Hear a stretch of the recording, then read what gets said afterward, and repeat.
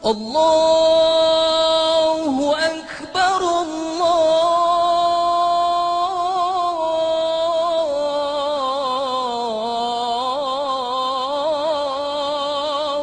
أكبر. Bismillah wa salatu wa salam à Rasulullah. Aujourd'hui, notre frère suisse converti à l'islam, il va nous parler, Inch'Allah, d'une autre miracle scientifique dans l'islam. C'est dans le hadith du prophète Mohammed, c'est lui la grâce et la paix, sallallahu alayhi wa sallam. Au nom de Dieu, le tout clément, le tout miséricordieux. Le coccyx est la ligne primitive. L'imam Muslim rapporte selon Abu Huraira que le prophète, prière et salut sur lui, dit « Tout le corps humain est anéanti par la terre excepté le coccyx. De lui l'homme fut créé et à partir de lui sera reconstitué. » La vérité scientifique. Selon l'embryologie moderne, le coccyx mentionné dans le hadith est la ligne primitive qui apparaît au moment de l'apparition de l'ébauche des organes de l'embryon et notamment l'apparition du système nerveux.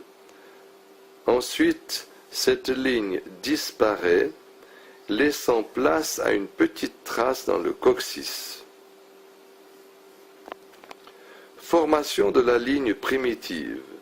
Au 14e jour, les deux disques ectodermes et endodermes de cellules de l'embryon s'allongent jusqu'à prendre la forme d'une poire. La partie large se met en avant, tandis que la partie postérieure s'amincit.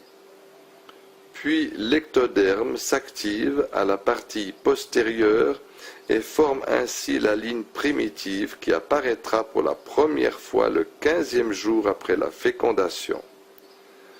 Puis une division et une reproduction rapide surviennent, suivies d'importantes migrations cellulaires vers l'ectoderme et l'endoderme, ce qui favorise la création du mésoderme. Suite à l'apparition de la ligne primitive, le système nerveux commence à se former ainsi que la notocorde qui précède la colonne vertébrale, tout comme la couche médiane, mésoderme, se forme également. Puis la formation des organes de l'embryon commence.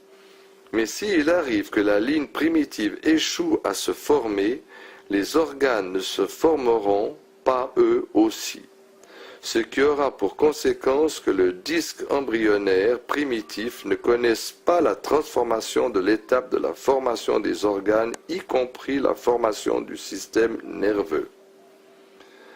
Vu l'importance de cette ligne primitive, la commission britannique Warnock sur l'embryologie et la fécondation humaine la considéra comme le critère qui permet de déterminer jusqu'à quand il est permis aux chercheurs et aux médecins d'effectuer des expériences sur les cellules souches restantes après une insémination in vitro.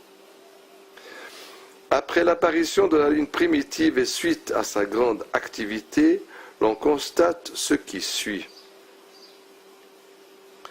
Au moment de la fermeture de la gouttière neurale, la placode optique et la placode cristalline apparaissent, puis le cerveau se forme dans les 2/3 supérieurs du tube neural, tandis que la moelle épinière se forme dans le tiers inférieur restant, et ce au niveau du sommite, 4e, 5e, vu que les 4 premiers sommites feront partie de la base du crâne. 1. La couche mésodermique se forme et se condense autour de l'axe embryonnaire, favorisant ainsi la formation de la colonne vertébrale, les muscles, les ébauches des membres supérieurs et inférieurs et le système squelettique et musculaire. De même, l'appareil urinaire, l'appareil reproductif, le péritoine, les parois des poumons et les parois du cœur, les vaisseaux sanguins, le cœur et les muscles de l'appareil digestif se forment tous à partir de cette couche mésodermique. La formation de la ligne primitive est donc un signe de la possibilité de différenciation des tissus embryonnaires et de la formation des diverses couches, y compris des organes. En fait, l'organogenèse ne commence qu'après la formation de la ligne primitive, de la gouttière neurale et des somites.